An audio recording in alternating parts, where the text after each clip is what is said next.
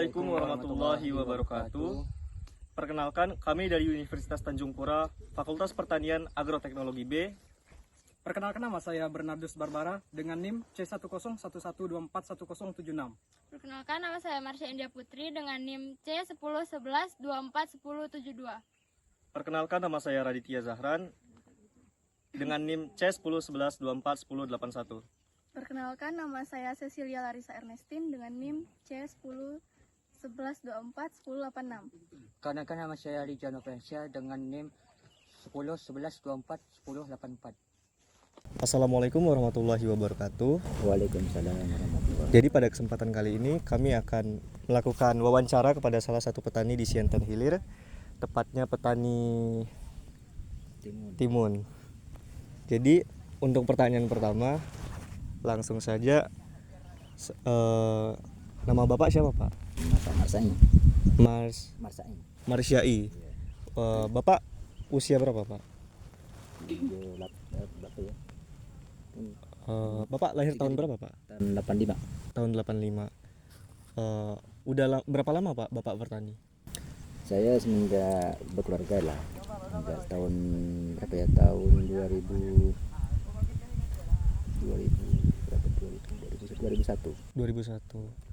Luas lahan yang Bapak miliki ada berapa, Pak, yang Bapak tanami? Ya, saya yang tanamin ada 1 hektar. Ada 1 hektar. Untuk itu, apa motivasi Bapak untuk menjadi petani, Pak? Motivasi saya jadi petani itu ya hitung-hitungan apa ya? Kita kan tidak semua fokus petani. Iya. Kita itu tani itu sebagian tabungan aja. Iya. Kerjaan kita yang tetap itu kerjanya bangunan. Cuman kalau kita bertani, kita itu hanya untuk tabungan kita untuk bulanan gitu, Pak. Iya. Nah, gitu. Kalau kita tidak bertani, otomatis kalau kita mengandalkan kerja di luar itu tidak mungkin ada terus gitu. Iya. Kalau kita bertani ini tidak ada putus-putusnya, tergantung kita aja. Jadi pekerjaan Bapak sebagai petani ini sebagai sampingan, Pak? Ya, sebagai sampingan. Oh, gitu ya, Pak. Nah, kadang-kadang kan kalau saya kerja keluar, istri saya yang mewakili gitu, di kebun. Jadi bergiliran sama istri, Pak? Iya, giliran. Biasanya Bapak pakai varietas tanaman biasa yang Bapak pakai? Yang saya pakai tanaman ya sejenis timun lah ya. Sejenis timun, tanaman kebanyakan saya pakai batara. Kalau tidak batara merek Kujang. Karena kalau batara ini agak dari penyakit itu agak tahan. Iya. Kualitas penyakit buah dia tuh agak lebat. Sejenis batara. Kemudian cara Bapak memilih jenis tanaman yang akan ditanam tuh syarat-syaratnya seperti apa, Pak? Ya kalau jenis tanaman yang kita pilih ya tengok keadaan kayak sekarang kan agak penghujan agak kurang, jadi banyak agak panasnya, kita pilih jenis tanaman kayak gini dulu, tanaman batara, timun. Selain timun kita ada ubi rambat gitu. Kemudian sistem irigasi yang Bapak gunakan tuh seperti apa, Pak? Maksudnya Ini sistem irigasinya untuk penanaman Ya, selang-selingin belengan, Pak. yang untuk penanamannya kah? iya untuk ini Jalur airnya, Pak, biar Jalur tidak air. tergenang. Supaya tidak tergenang kita ada irigasi itu kayak saluran. Nah, untuk penanamannya kita pakai pupuk organik, jenis organik kita campurkan untuk penanamannya. Kemudian bagaimana proses persiapan lahan sama penanaman, perawatan hingga panen, Pak? Persiapan lahan kita semprot dulu dengan racun pestisida rumput itu yang biar cepat kering kan. Kadang-kadang kita kalau ndak dibakar, kalau dibakar itu kan lebih bagus. Kalau ndak dibakar kita bersihkan, kita timbun, kita cangkul dulu. Habis kita cangkul kita gemburkan tanah. Setelah kita gemburkan kita jadikan bentuk galangan memanjang gitu. Habis itu baru kita campur sistem pemupukan kayak Dulumik, Oria, NPK kita campurkan. Habis itu baru selama berapa hari, 3 hari baru kita tutup dengan mulsa habis kita tutup dengan mulsa 1 minggu fermentasi, baru kita mulai penanaman. Kalau untuk bagian lanjutannya penanaman. Dari penanaman pembibitannya, Iya, penanamannya. penanamannya Iya. habis ya setelah itu baru kita tanam timun kan. Sini timun ini baru kita tanam selama pembibitannya 5 hari sudah tumbuh, baru kita pindah ke tempat penanaman. Habis itu selama berapa hari, 1 minggu 40 hari barulah kita mulai ada pemanenan. 40 hari dari penanaman itu minimal 40 hari. Tahap selanjutnya kalau di bagian perawatan, Kalau masalah perawatan, kita yang kita jaga perawatan itu ya sejenis racun kan, racun kayak gitu penyakit kutu daun itu pakai diten, regen sama diten. baik. Selanjutnya kalau biasanya proses panennya gimana Pak? Kalau proses panen kalau sesuai sudah 40 hari barulah kita ada proses pemanenan. 40 hari.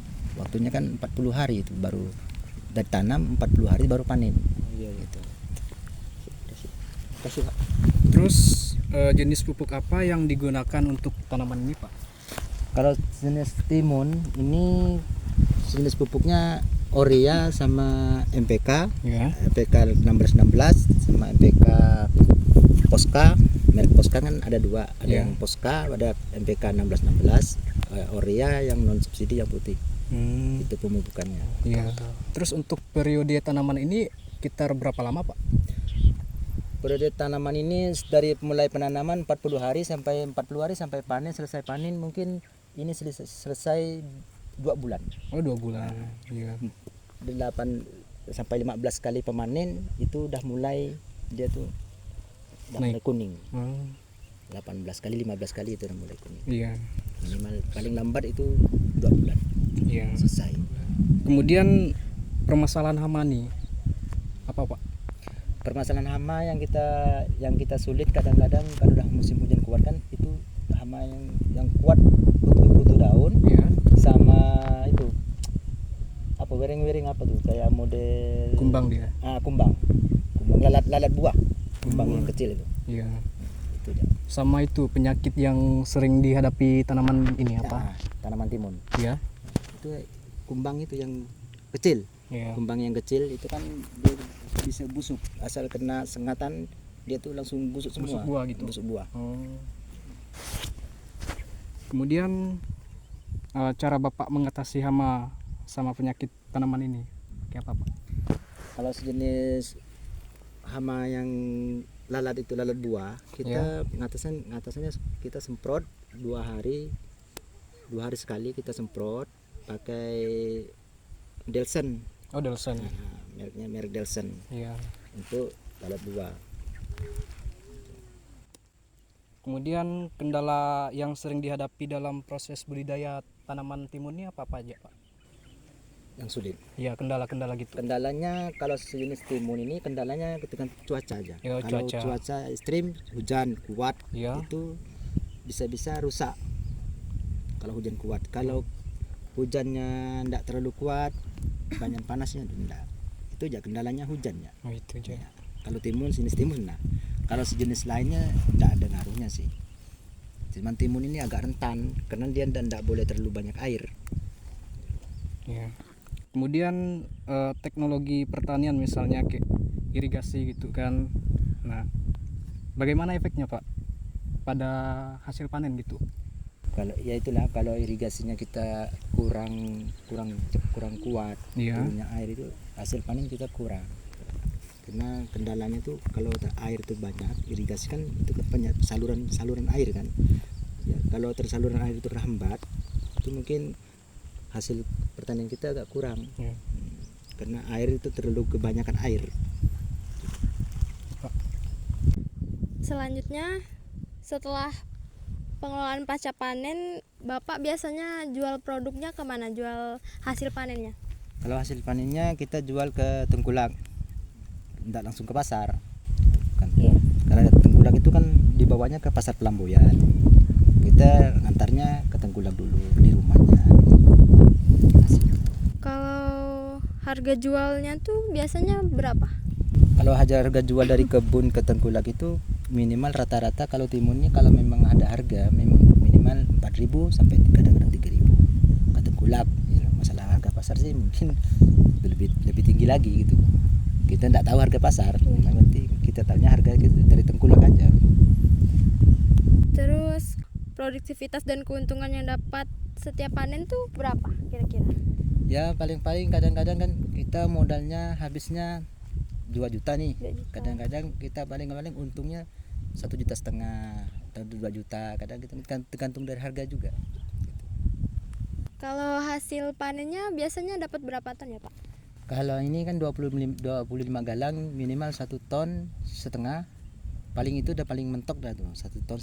Ya kalau kita kalau cuaca bagus mendukung bisa mencapai 2 ton.